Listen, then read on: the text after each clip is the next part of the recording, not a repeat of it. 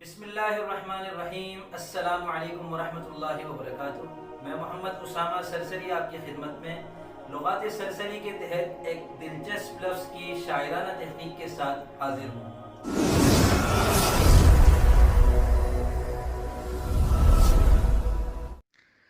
لغات سرسری کے تحت آج کا لفظ ہے اچھلنا۔ اس لفظ کے مترادفات آپ کے سامنے آ رہے ہیں۔ اس کے کچھ عربی مترادفات ہیں، کچھ فارسی اور کچھ ہندی۔ مترادفات جو ہوتے ہیں وہ تقریباً ایک معنی میں ہوتے ہیں، لیکن ان میں کچھ نہ کچھ فرق بہرحال ہوتا ہے۔ یہ فرق لغات کے ذریعے سے آپ کو معلوم ہو سکتا ہے۔ اس لفظ کا عروضی وزن ہے فعول، اور اس لفظ کا روی ہے زبر لام نون الف۔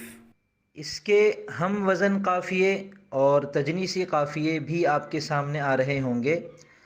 ہم وزن قافیوں کا مطلب ہے کہ وہ قافیے جو اس لفظ کے ساتھ کسی بھی بحر میں استعمال ہو سکتے ہیں، اور تجنیسی قافیوں کا مطلب یہ ہے کہ اس لفظ اور ان قوافی میں زیادہ تر حروف ایک جیسے ہیں۔ حرف روی کے علاوہ بھی کچھ حروف ایسے ہیں جو ان میں ایک جیسے ہیں، جس کی وجہ سے الفاظ مزید خوبصورت لگتے ہیں۔